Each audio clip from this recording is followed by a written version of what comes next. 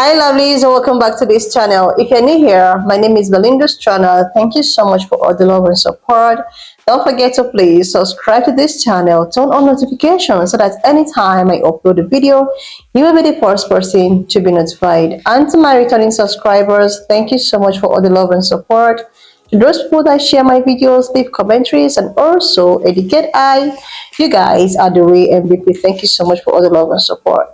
Alright lovelies, let's dive in. So lovely, so I came across this video on my For You page on TikTok, and I thought to show you guys where sisters are out to actually share, working as a black woman in a corporate, society. Guys, they actually have a lot of, things to share with us, and I was just able to put up some of their stitches, and I'm just going to roll the clip as well as some of the stitches I was able to put together. Please leave me your own thoughts in the comment section of what you think of the video.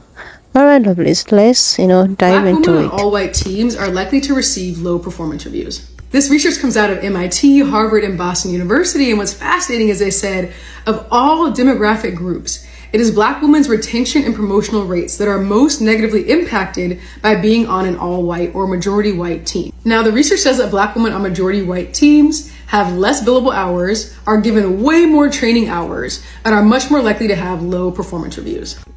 The research also says Black employees, but particularly Black women, reported numerous ways in which interacting with the majority white coworkers negatively influenced their participation and identified challenges relating to task assignment and performance evaluations. Now, something that I talk about all the time on my page is that competency is a system of oppression. And in the workplace, who we assign competency to is often based on our own biases. And it is Black women who are chronically seen as lacking competency, even when they demonstrate all of the skills. Further, as I highlighted in a recent video, task assignment within workplaces is deeply gendered and racialized.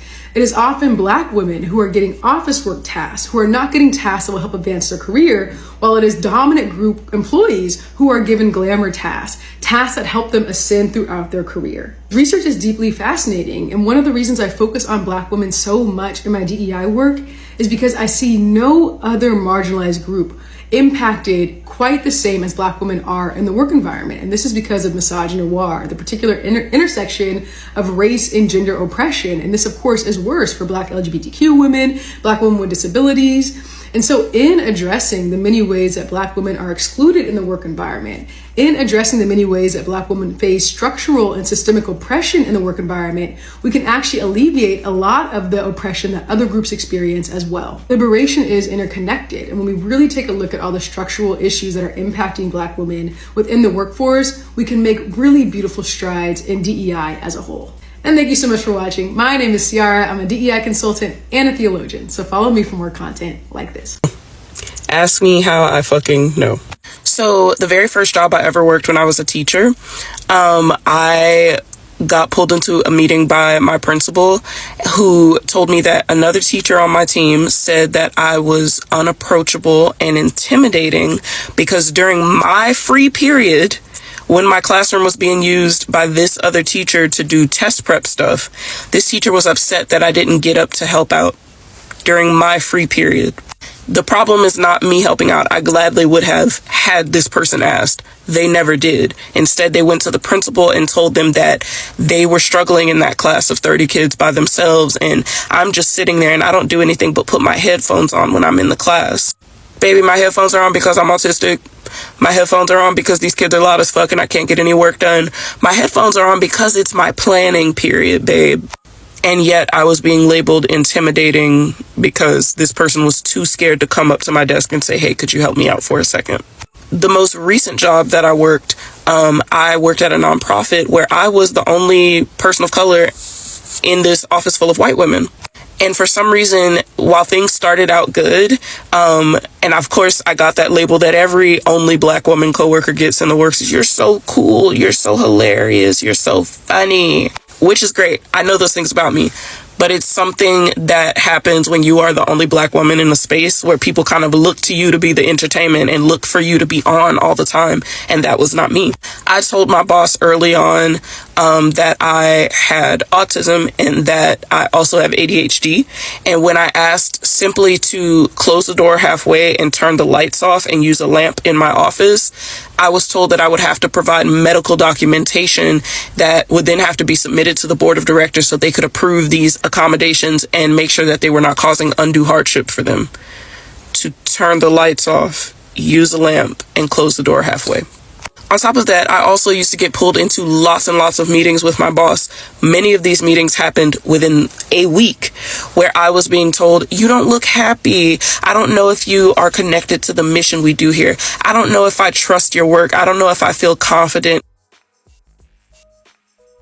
in the work that you do to let you work from home. For context, I never had a bad anything that anybody had to say about the work I did. I was good at what I did.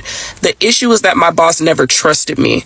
Whenever my boss would take days off and work remote, this person was working all the time. Everybody trusted what she was doing.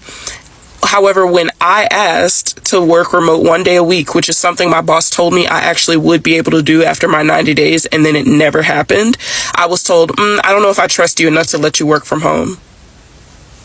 What? And mind you, after like 6 months, my boss pulls me into a meeting and says, I don't really think you're doing all 3 parts of your job description because I only ever see you doing one.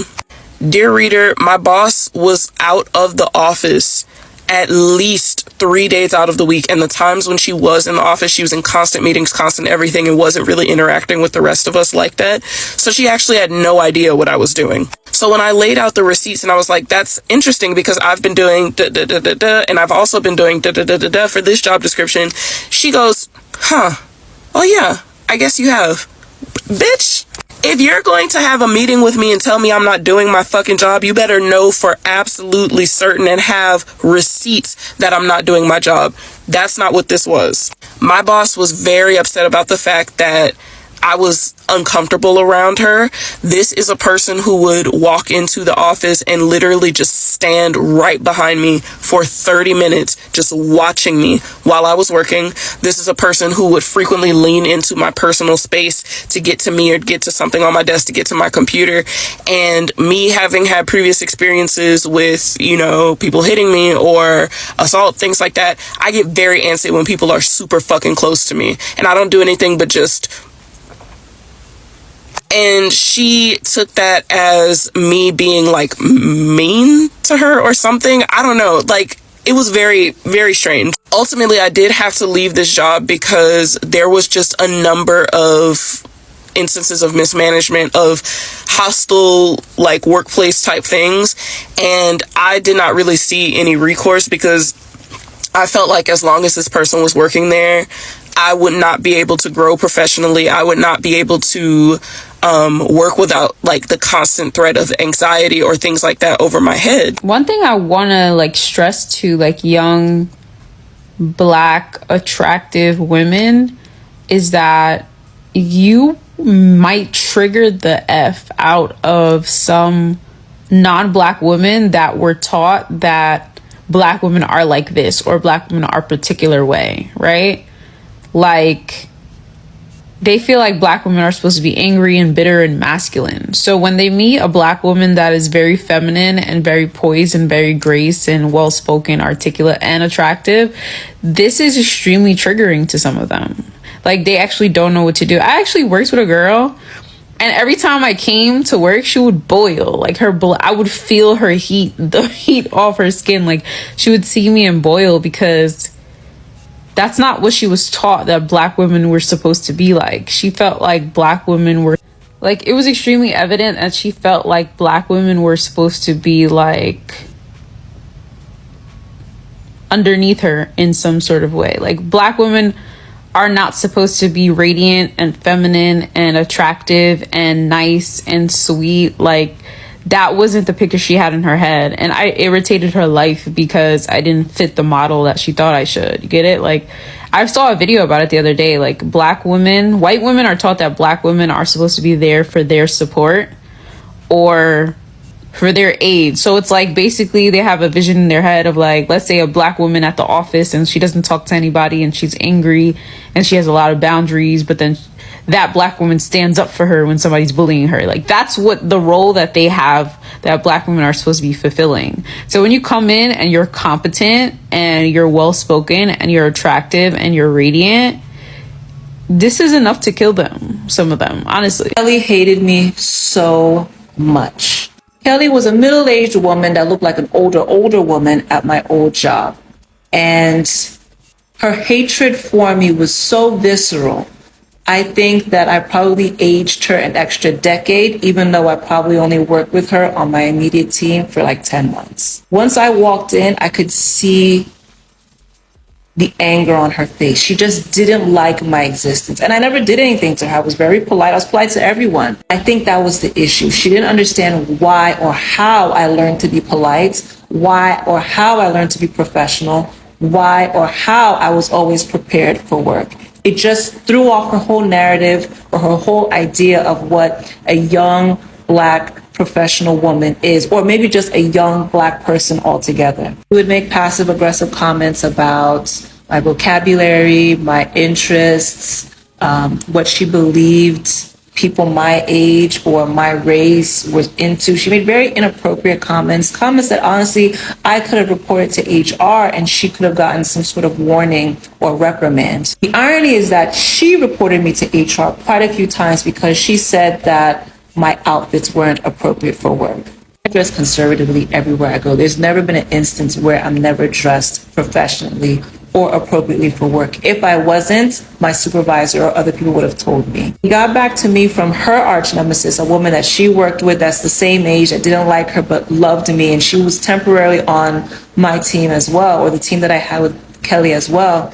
She said that Kelly is just pissed and threatened because she's badly built and she's not young and nobody wants or fiends for her attention. She said that she's threatened because she doesn't understand how the dynamics, the social dynamics of the workplace has changed, because she used to be the prize in these spaces and she isn't anymore. And not only is she not anymore, young women that looked like her aren't anymore. One of my old bosses was the chief administrative officer at a pharmaceutical company, and I actually liked her a lot. She tried to mentor me, tried to guide me through corporate America and my career. She had her MPH and she was Vietnamese, and I will never forget the day she told me, "You have 3 strikes against you in corporate America. You're young, you're black, and you're a woman." So here's my list for the reality of being a black woman in corporate America. Number 1, they may not need the degree, but you do. When I was a senior manager in regulatory affairs, I had this boss. She was white. She was the director. Whenever we would have our one-on-ones, she would always tell me, like, go back to school, go back to school. Mind you, I already had my master's at the time. She would always tell me that her number 1 regret in her career is not going back to school to further her education, because every single time she goes out for higher roles, she always feels slighted by the white men. She said it's like they automatically look past her when looking to give people promotions. Now, for the first time ever in my life, I had a black woman boss. She was the SVP of a pharmaceutical company. And she told me having all her certifications and degrees just gives them one less thing to talk about. I can even say I've experienced this myself. Like, at so many jobs before I got my master's, nobody would listen to what I had to say. As soon as I got my master's, my word became a little bit more valuable, despite the rest of my colleagues not having the same level of education. It's really crazy. Number 2, you're paid way less than you deserve. Don't be afraid to ask for more or leave. You guys know I'm not shy to putting in my resignation. I've mentioned so many times that I've been underpaid by companies. But the one that really irritated me the most was when I worked for this company and the CEO would come and run things by me before running it by the vice presidents. I was a manager. I helped branch out business and keep my clients happy. It was not a part of my job description at all. So when I found out they were underpaying me and unwilling to compensate me what I deserved, I had to leave. Mind you, the white women who were reporting to me definitely were getting compensated fairly. Number 3, there is a 0.5% chance you see someone who looks like you in senior leadership. A lot of these companies want to diversify their marketing schemes, but they don't want to diversify their leadership. They want to understand how to recruit diverse populations in clinical research, but you don't want to diversify your workforce. I've been working since I was 15, and I've only ever seen one black woman in a leadership position. So it's kind of just the reality that I've had to accept. But I hope to be the person I was longing to see all these years. And the last one, this might be controversial, but another black woman in leadership may not be willing to help you get to the top. I feel like I've seen this a lot in tech lately, but there are so many people who branch into tech or they get an opportunity and they want to gatekeep the information, especially when it comes to senior leadership roles. Some black people in senior leadership say they want to be harder on black people to help them prepare for getting to the top. I don't know, I feel like because it took them so long to get there, they want to hold on to it as long as they can. These are just my thoughts. This comment is everything! I've had so many people tell me, you seem so emotionless as you navigate through corporate America. Yes, because you have to be. You can't take anything too personally. Do you know how many people have told me, I'm too young, I don't know what I'm doing, I'm not qualified enough? I know you guys have seen the video of me talking about how my boss told me to remove my wig in a meeting. What black women go through in corporate America is actually insane, and it's not fair. But in order to get ahead, you really do have to do what this comment is saying. You gotta play the game and just develop your own career strategy. You have to learn to compartmentalize, and you do have to make allies with the white people you work with. Everybody wants to talk about networking. That's how you're going to be successful, networking. But people don't want to talk about the reality of networking as a black woman in these spaces or as a black person in general. You have to put up with a lot to get to where you want to be. Like, seriously, lovelies, it's actually not an easy task to be a black woman in a corporate, work or in a corporate, office and all of that, especially when you have, colleagues who happens to be white people, white women. if it's a white woman, that is another ball game. And when the sister talks about that, you should actually make the white men your buddy, like your friend, like you should form alliance with white men. It actually remind me of a video that went viral about this white woman's whispers. So in this her video, she actually hacked a question, and this question was actually directed to black women, and it was as a result of the bear and the man. So if you have not been following the trend, so there's this trend on TikTok about the bear and the man. If as a woman you are left in the world alone, whom would you actually want to be left alone with to come rescue you or something? So a lot of women were choosing to be with a bear instead of being with a man, with the reasons of which what has been happening, how it is when as a woman alone in the world with a man. So people were just choosing to be with a bear because they say that a bear will just leave you alone. A bear will just, if you're not moving, the bear is not moving, compared to a man who might actually as a result hurt you. Like myself, I never choose any, because all of them comes with advantage and disadvantage. In terms of choosing a bear, if you don't move, then he wouldn't. But what if you were scared and it moves? And in terms of a guy, we cannot trust guys and all of that. So this white woman whispers decided to twist the question and direct the question to black women. And she was asking, if you are left in an office or maybe in a conference room, you are called in a conference room for, maybe it might be for an interview, it might be for something that has to do with work, would you prefer to be in that conference room alone with a white woman or a pan-colored man? A lot of black women, we are actually choosing to be with a black man, a white man, in the sense that at least they have an advantage of being a woman, a black woman, then in the conference room alone with a pan-colored man. So even if with all the race and seas, with all the prejudice that's happening, with all of the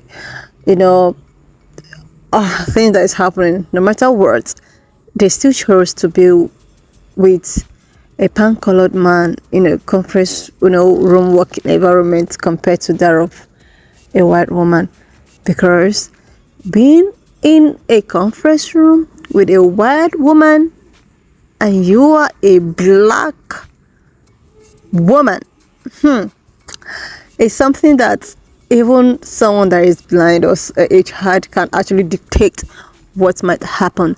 And this got a lot of pan-colored women reacting, and they were so angry that they have to report this woman, and she actually lost it all.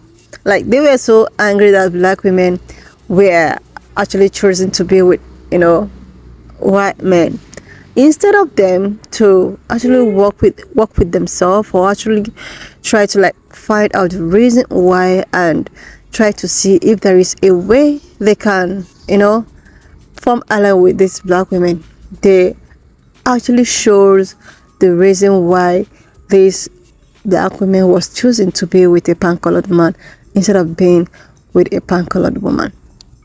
So when this lady was talking about forming ally with a pan-colored man, it actually reminds me of White Woman's Whispers. It reminds me. So I think when you form ally with a white woman, and maybe white women might actually come for you, these white men might defend you. Yeah, they might defend you and make your working environment a little bit less stressful. And another thing I need to picture is that as a black woman, it's as if you're going to work even harder to get to a certain position that a pan-colored woman will not even give a sweat of.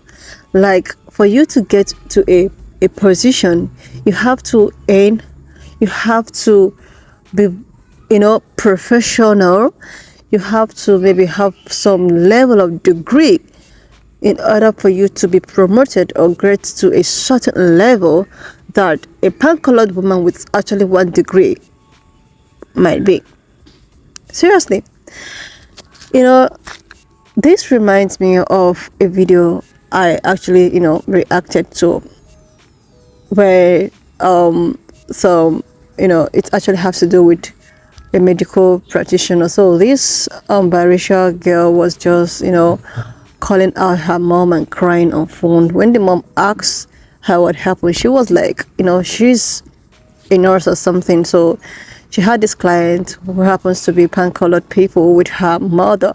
So her boss, who happens to be under the medical practitioner, was like, okay, go attend to these people, and I think they came for a scan. These pan-colored people was like with her, like they see her as someone that is not competent. And the boss, who happens to be a pan-colored person, was like, she is competent. If she's not competent, I will not assign her to check you out. And these pan-colored people with her mom was still insisting that they feel that because she's an African woman, she's not competent.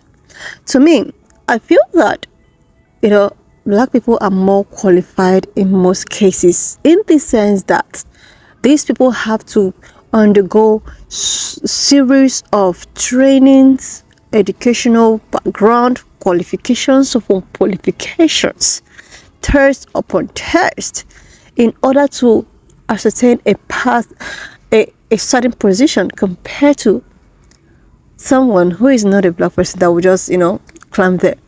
So to me, I would suggest, even if you want to go for any kind of medical wherever, and you see a pan-colored a black person, I would suggest you should just run to that black person, because this person, for him or her to actually get to that level, they have really passed through a lot. This video also reminds me of the trending video about 2 days ago about the bleached blonde botched body.